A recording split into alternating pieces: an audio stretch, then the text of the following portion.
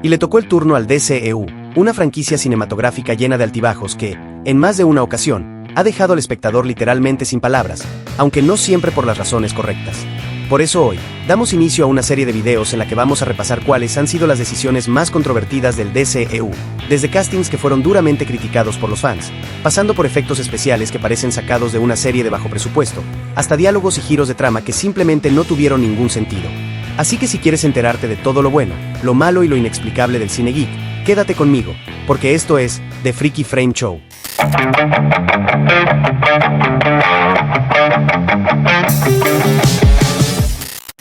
Comencemos por la cinta que lo inició todo, El Hombre de Acero.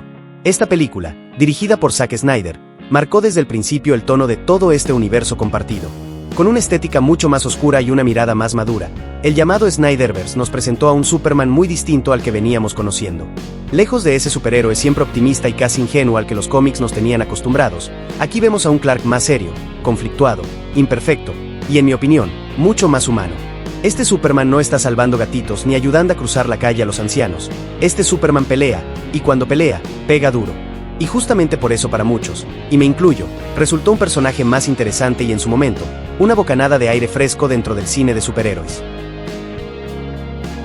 Ahora bien, aunque esta cinta empezaba a trazar el camino del DCEU, hubo dos momentos que generaron un debate enorme entre los fans. El primero llega en la famosa escena del tornado, donde Jonathan Kent pierde la vida después de rescatar a su perro que había quedado atrapado dentro del auto. Y a ver, siendo padre de un labrador retriever, yo probablemente habría hecho exactamente lo mismo. Pero ¿qué es lo que pasa con esta escena? Y aquí es donde vienen las críticas.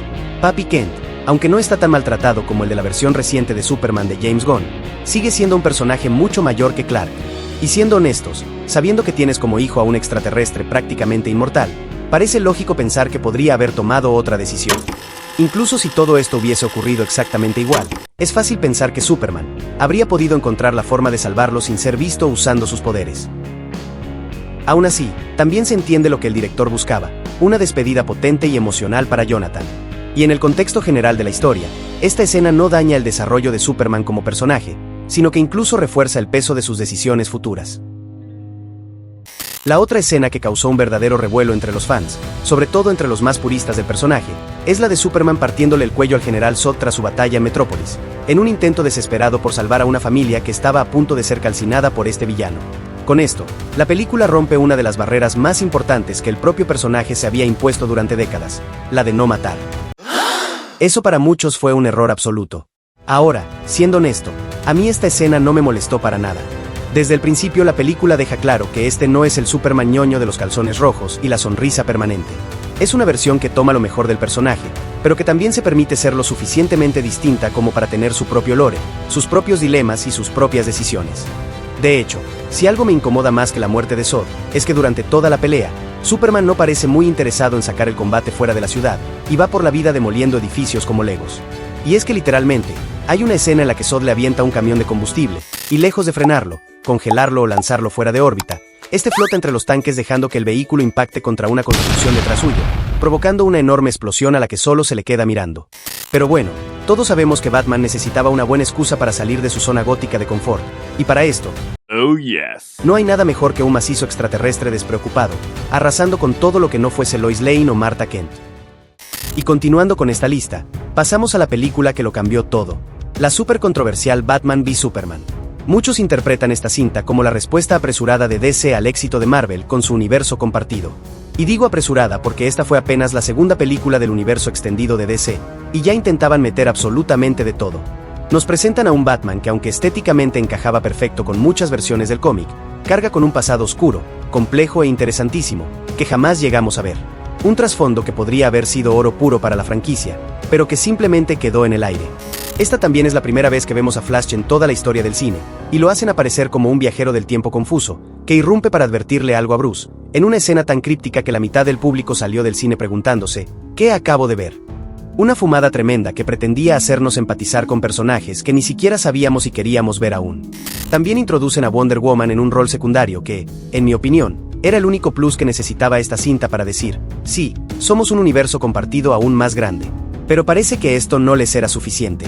Es entonces cuando decide meter además, cameos de Aquaman y Cyborg, personajes que junto a Linterna Verde, Detective Marciano y Chica Halcón, representa los pilares de la Liga de la Justicia moderna, y que claramente merecían su propia película antes de ser presentados como trailers vivientes dentro de otra historia. Batman v Superman no quería ser solo una película, quería ser el tráiler de todo el futuro del DCEU, y en su intento de competir con la Casa de las Ideas, terminó sacrificando algo fundamental, lo correcto de contar primero, una buena historia por sí sola. Pero si pensabas que estábamos hablando de las peores decisiones de esta película, te equivocas. Todo esto que acabamos de ver no es más que la visión creativa, o mejor dicho, ejecutiva, de lo que DC y sus directivos creían que debía ser esta franquicia.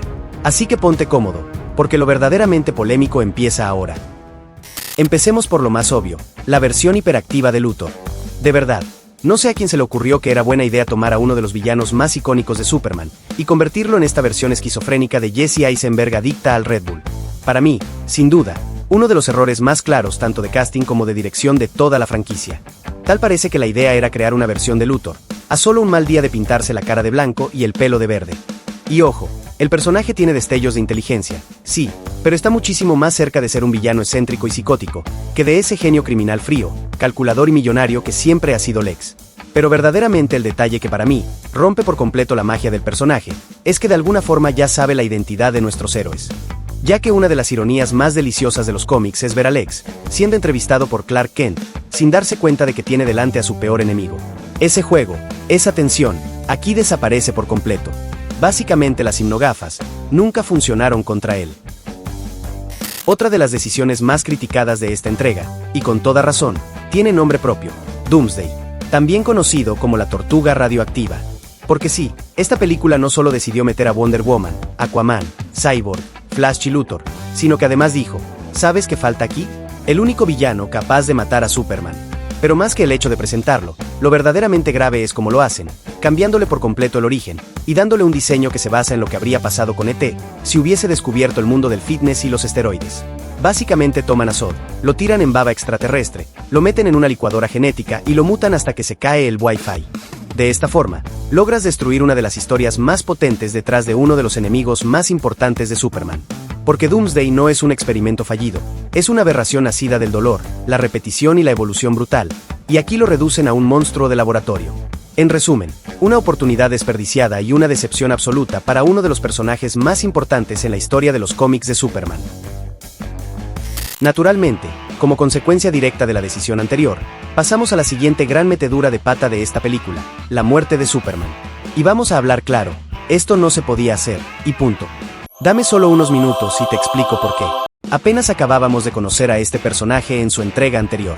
El fandom recién estaba empezando a aceptar a este actor como su Superman, y más importante todavía, el personaje estaba funcionando. Entonces la pregunta es inevitable, ¿de qué forma se te ocurre tomar a tu único personaje estrella, que apenas si comenzaba a mostrar resultados, y matarlo en su segunda entrega? Básicamente todos sabíamos que iba a revivir, porque una Liga de la Justicia aún por presentar, con la ausencia del Boy Scout, simplemente no existe. Así que toda esa sensación de pérdida, de vacío, de tragedia, que orgánicamente logró generar la primera muerte de Superman en los cómics, aquí, naturalmente, no tuvo ningún impacto. Digan lo que digan, esto no tuvo ningún sentido. El público no tenía una historia larga con este personaje, no se sentía como un sacrificio real, y peor aún, no sorprendió. Para colmo, esta muerte termina provocando otra pésima decisión creativa para esta franquicia cinematográfica, de la que hablaremos en otro momento. Así que lejos de sentirse como una gran pérdida para la humanidad, y la caída del héroe más grande de todos los tiempos, lo que se sintió fue a este universo extendido gritando desesperadamente, por favor, háganme caso. Y ahora sí, para cerrar esta película por todo lo alto, llegamos a la escena más icónica de todo el DCEU, la frase que logró romper la barrera entre franquicias cinematográficas, la que se convirtió en un meme eterno, y la que imagino, muchos ya estaban esperando, la infame, salva a Marta. Oh my goodness. Para ponernos en contexto, te cuento que esta escena lo tiene absolutamente todo. Tenemos a Batman, un tipo pero tan duro, que logra subyugar a Superman, el metahumano más poderoso del planeta, usando básicamente la versión bajo costo, de la armadura que usó Tony para escapar de la cueva en Afganistán, además de una lanza de kriptonita increíblemente conveniente para el guión. O sea, después de gastar varios millones en trajes, gadgets, autos, cuevas, satélites y un plan milimétrico para derrotar a un alienígena prácticamente inmortal, Batman está literalmente a punto de acabar con su enemigo. Pero justo en ese momento, Superman dice una frase: salva a Marta. Y todo cambia. No por una revelación moral profunda, No por un dilema filosófico. No por un conflicto ético imposible de resolver. No. Cambia porque sus mamás se llaman igual. Esto, señoras y señores, esto sí es cine. Es increíble como absolutamente nadie en Warner se dio cuenta de que en esta escena, nada tiene sentido. Porque estemos claros, todos sabemos que Batman, con suficiente dinero, inteligencia y un poco de kriptonita, es capaz de darle pelea a Superman. Eso no está en discusión. Lo que sí está en discusión es, ¿por qué en su sano juicio, decide fabricar una lanza? O sea, ¿una lanza? ¿De verdad no había algo más práctico? Balas, un cuchillo, un dardo, una flecha, un llavero. No, una lanza. El arma menos eficiente posible para un combate moderno entre dos dioses con capa. Y luego está el otro gran momento brillante del guión. Es literalmente como si alguien que acabara de leer los cómics se hubiera percatado por primera vez de que ambas madres se llaman igual, y hubiera pensado, wow, ¿cómo es que nadie me había dicho esto? Creando así, la resolución de conflicto más vaga y forzada en la historia del cine de superhéroes. De verdad, ¿se imaginan lo ofendidos que deben estar todos los criminales de Gotham cuya mamá también se llame Marta? O sea, Batman los debe haber estado golpeando por años sin darse cuenta de que todo se solucionaba diciéndole el nombre de su madre. En fin, esta escena no solo no funciona, sino que se convirtió en el símbolo perfecto de todo lo que estuvo mal con esta franquicia. Cero autocrítica y un guión que parecía más preocupado por verse épico que por tener sentido. Pasemos ahora a la siguiente entrega de esta lista, una que dejó tanto a la crítica como a los fans profundamente decepcionados. Escuadrón Suicida de 2016. Prometía una historia todavía más oscura dentro del universo DC. La idea en papel era cuanto menos interesante. Hablamos de un equipo de supervillanos realizando trabajos encubiertos bajo las órdenes de Amanda Waller. Era salir por fin del clásico esquema del héroe impoluto contra el villano absoluto, para mostrarnos algo mucho más incómodo. Personajes con la brújula moral completamente rota, obligados a colaborar entre ellos para cumplir misiones suicidas, manipulados por una organización cuyas decisiones son, como mínimo, éticamente cuestionables. No eran héroes, no eran villanos del todo, eran herramientas. Y eso, narrativamente, tenía un potencial enorme. Debo decir que al inicio de esta cinta, lo primero que me pasó por la cabeza fue, esta película tiene personalidad. La cinta arranca con todo. Nos presenta a nuestros protagonistas en un montaje dinámico, donde actores de la talla de Will Smith y Margot Robbie le dan vida a estos personajes icónicos, mientras héroes ya conocidos como Flash y Batman aparecen lo justo para reforzar esa sensación de universo compartido. Todo apuntaba a que el resto del camino iba a ser una cadena de agradables sorpresas.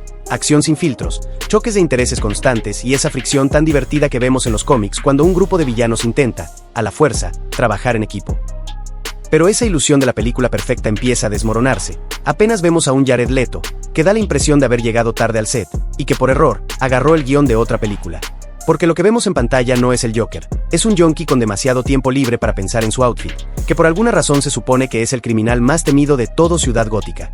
Y miren, de verdad parece como si a la misma persona que eligió a Margot para interpretar a Harley, le hubiesen dicho después, perfecto, ahora hagamos todo lo contrario con el Joker. No pedíamos una versión al nivel de Heath Ledger, porque sabemos que eso es prácticamente imposible, pero al menos una adaptación que, con el tiempo, los fans pudieran ir aceptando y vinculando a este nuevo universo. Lo que nos dieron en cambio, fue casi un incentivo para abandonar la sala del cine. DC volvía a cometer el mismo error, destrozar a uno de los villanos más emblemáticos de todos los tiempos. Otra decisión muy criticada de esta cinta fue su pésimo ritmo. La sensación final es la de estar viendo un montón de escenas pegadas con mal pegamento. Como resultado, la película nunca logra mantener a la audiencia conectada con el hilo de la historia. Básicamente da la impresión de que pensaron, usemos todo el material rodado hasta que parezca una película. Total, mientras salgan personajes de cómic, seguro la gente va a ir al cine. Pero lo que lograron fue darnos una experiencia confusa y agotadora, que en lugar de consolidar este universo en construcción, lo volvía todavía más cuestionable. Y para cerrar con esta película, hablemos de lo que más criticaron los fans, la irrelevancia de los personajes, y por supuesto, su villano final. Y no me malinterpreten, porque estoy consciente de que hubo elementos salvables en esta entrega. En mi opinión, Will Smith como Deadshot nos da un personaje competente que, con una mejor historia y una narrativa más interesante, podría haber sido fácilmente un 10 de 10. Por otro lado, Margot Robbie como Harley Quinn, sin discusión, es lo mejor que salió de esta película, y una de las pocas interpretaciones que realmente se siente cercana a su versión en los cómics. Pero del resto, la mayoría no aporta absolutamente nada a la historia. De hecho, estoy seguro de que si no has visto esta película en un par de años, ni siquiera recuerdas al personaje que decapitaron por intentar abandonar el equipo. Pero lógicamente, todavía necesitábamos al menos otros 5 personajes irrelevantes, que hicieran el bulto suficiente para pelear contra los terribles villanos genéricos de los Power Rangers. Y lo peor es que no eran malos personajes ni malos castings. Bueno, con la excepción de Killer Croc, o lo que sea que intentaron hacer con ese personaje, eso sí no tiene defensa posible. Pero el problema del resto no era quienes eran, sino que nunca supieron qué hacer con ellos. Ahora sí, hablemos de la villana. El personaje es básicamente una versión sexy de la hechicera, con la temible habilidad de crear un ejército de minions malvados a punta de besitos. Nada que argumentar, simplemente otra villana genérica de esta franquicia que no logra convertirse en una amenaza real para su propia película. Nunca se sintió peligrosa, nunca se sintió urgente, y su batalla final parece sacada directamente del manual de Hollywood de cómo hacer una pelea genérica en 3 pasos. En resumen, tuvimos un escuadrón suicida formado por convictos con menos muertes confirmadas que Superman en El Hombre de Acero, que logra derrotar a la gran bruja malvada y a su ejército de guanábanas humanas, para que al final el gobierno los recompense con una fantástica máquina de café expreso y una celda con televisión por cable. Una cinta redonda, digna de una secuela. Y llegamos a la película que finalmente logró conquistar a los fans, y que por un momento nos devolvió la esperanza en este DCEU. Hablamos de Wonder Woman, la cinta en solitario de la princesa Diana de Temisira, que por primera vez nos abre la puerta al lado más mítico de DC, y lo integra de forma natural dentro de este universo compartido. La película narra de forma muy acertada los orígenes de Wonder Woman y su descubrimiento del mundo más allá de su isla paradisíaca, mezclando aventura fantástica con un trasfondo bélico muy marcado. La puesta en escena es uno de los grandes aciertos de la cinta. Logra combinar elementos de ficción con un contexto histórico casi documental de la Primera Guerra Mundial, creando un contraste que no solo funciona, sino que le da identidad propia a la película. Y sumándole todavía más puntos a esta entrega, tenemos el gran trabajo de Gal Gadot como la princesa Diana. Su interpretación fue muy bien recibida por los espectadores y logró consolidar la identidad de uno de los personajes clave de la Trinidad de DC. No solo funciona como heroína, sino también como figura emocional dentro de la historia, lo que hizo que Wonder Woman se sintiera desde el primer momento como un pilar real de este universo y no simplemente como otra presentación. Y aunque esta es una película prácticamente redonda, su tercer acto toma una decisión un poco cuestionable, ya que rompe de golpe con todo lo que la historia venía construyendo hasta ese momento. Durante gran parte de la película, Wonder Woman se apoya en un tono mucho más contenido y humano. El conflicto no gira solo alrededor de un gran villano, sino alrededor de la idea de que la guerra nace de las decisiones humanas, del miedo, del odio, de la ambición. Diana cree que Ares es el responsable de todo, pero la propia película va sembrando la duda de que el verdadero problema es la humanidad misma. Sin embargo, en el tercer acto, la película toma un giro claro hacia el espectáculo clásico de superhéroes. Ares aparece físicamente como el villano final y el conflicto se resuelve con una gran batalla llena de efectos visuales, rayos de energía y destrucción masiva. Este cambio hace que la historia pase de un planteamiento filosófico y emocional a uno más convencional. Para muchos, esto debilitó el mensaje previo. La película parecía dirigirse a la idea de que no existe un villano absoluto y que la guerra no se acaba simplemente derrotando a un dios. Pero al introducir a Ares como responsable directo, el mensaje se simplifica a «vencemos al malo» y la guerra termina, lo que hizo que el arco de Diana perdiera parte de su complejidad. En resumen, el cambio de tono no es que sea malo por sí mismo, sino que rompe la coherencia emocional que la película venía construyendo, y por eso fue una de las críticas más repetidas, incluso entre quienes consideran a Wonder Woman una de las mejores películas del DCEU. Y ahora pasamos a la primera gran película evento de esta franquicia, La Liga de la Justicia. Una película tan mal recibida, que literalmente tuvo que ser rehecha casi por completo años después, bajo la visión de su director original. Así que en este punto les pido que se acomoden, preparen su cafecito, y si todavía no están suscritos al canal, este es un muy buen momento para hacerlo, porque aquí sí que tenemos tela para cortar. Y les juro que no sé ni por dónde empezar, así que vamos con lo más obvio. La Liga de la Justicia no funcionó por varias razones. Primero, el radical cambio de visión entre directores. La película seguía el lore de las producciones anteriores de Zack Snyder, quien tras una tragedia familiar, decidió alejarse de la producción después de haber rodado casi toda la película. En ese momento, Warner no detuvo el proyecto, y contrató a Whedon para empaquetar lo que había y salvar la cinta. Este se encargó de reescribir partes del guión, grabar reshoots, ajustar la duración, y de paso, masacrar toda la estética que Snyder venía construyendo. De repente, teníamos un tono más parecido a las películas de Marvel, diálogos ligeros, chistes tontos, intentando humanizar a personajes que hasta ahora habían sido serios y épicos. Y es que solamente había que ver cómo los fanáticos de Batman trepaban por las paredes del cine, cada vez que este soltaba un chiste random a lo Tony Stark. Una visión que claramente buscaba diluir el tono serio y épico que nos había mostrado DC, en un intento de acercarse más a una franquicia que ya estaba dando resultados. Segundo, los efectos especiales. Sí, Estamos hablando de la película que borró el bigote de Henry Cavill usando aparentemente el editor de imágenes nativo de Windows 10. Pero aún así, les quedó tan mal que decidieron hacer que la escena pareciera filmada con un Motorola V3, cruzando los dedos para que no nos diéramos cuenta de que a Superman no se le movía el labio superior. Y eso fue solo el comienzo. Porque esta película parece tener el presupuesto de un comercial de Doritos. Abusa de planos cerrados para no generar grandes entornos por computadora. Mantiene a Cyborg con ropa gran parte del tiempo para no mostrarlo por completo. Tiene escenas bajo el agua bastante cuestionables. Y nos regala un diseño del villano que la verdad, ojalá pudiera olvidar. Un antagonista más parecido a un carnero albino con armadura que a uno de los principales generales de Apokolips. En resumen, unos efectos especiales que, siendo generosos, parecen no haber llegado a tiempo. Tercero, la conformación apresurada de este equipo. Lo que Warner nunca entendió es que para crear una historia así de grande, usando los personajes más icónicos de toda la franquicia, necesitabas tiempo. Tiempo para contar buenas historias, para construir a cada uno de estos pilares de forma individual. Sobre todo si tenemos en cuenta que la mayoría de ellos nunca había tenido una película propia en toda la historia del live action de DC. Necesitabas probarlos por separado, ver qué funcionaba, lo que conectaba con los fans, lo que se celebraba y lo que se criticaba de cada personaje, para entonces, usar lo mejor de cada uno, y armar una película conjunta que fuera la suma de todas esas virtudes. Una película evento que realmente se sintiera como el punto de encuentro de una franquicia bien construida. Pero lejos de eso, se apresuraron a juntar el equipo, en una cinta que parecía tener un mini arco narrativo por personaje, en lugar de una historia cohesionada con un objetivo común. Más que una película de equipo, parecía una serie de presentaciones forzadas pegadas con cinta adhesiva. En mi opinión, fue el intento de acelerar el desarrollo de este universo, para competir con una franquicia que había cocinado su historia a fuego lento. Y cuando intentas servir un plato así antes de tiempo, lo único que logras es que quede crudo. Y para el cuarto punto, vamos a hablar de un error que se deriva directamente de una muy mala decisión tomada en Batman v Superman. Por supuesto, estamos hablando de la resurrección de Superman.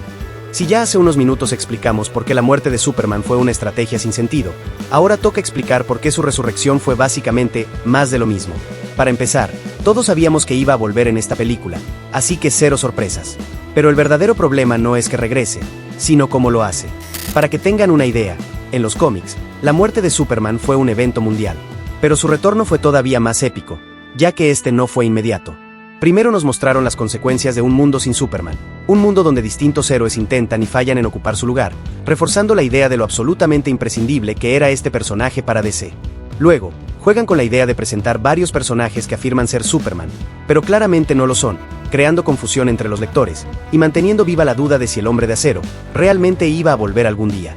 Y solo después de todo eso, cuando el mundo ya entendió lo que había perdido, es cuando Superman regresa. Débil, roto, tomando tiempo para recuperarse física y emocionalmente. Un regreso épico, emocional, celebrado por los lectores y cargado de esperanza para el futuro de la franquicia. ¿Y qué hizo la película? Bueno, con un plan sacado directamente de la galera que incluye una batidora extraterrestre, una caja madre con el último parche de Linux y la oportuna velocidad de Barry Allen, resucitan a un Superman que llevaba película y media muerto. Y eso no es todo, porque cuando vuelve, su mente está tan confundida que lo único que recuerda es que, de no ser por Marta, el murciélago lo habría convertido en brocheta. Así que decide cargar a Batman por la mandíbula varios metros en el aire, mientras nos demuestra por qué se ganó su papel en The Witcher. Es decir, no hay proceso, no hay peso emocional, y no hay consecuencias reales. Solo un botón de revivir personaje porque el guión lo necesita y punto. Y ahora, para abordar un último elemento cuestionable de esta cinta, hablemos del casting de Barry Allen.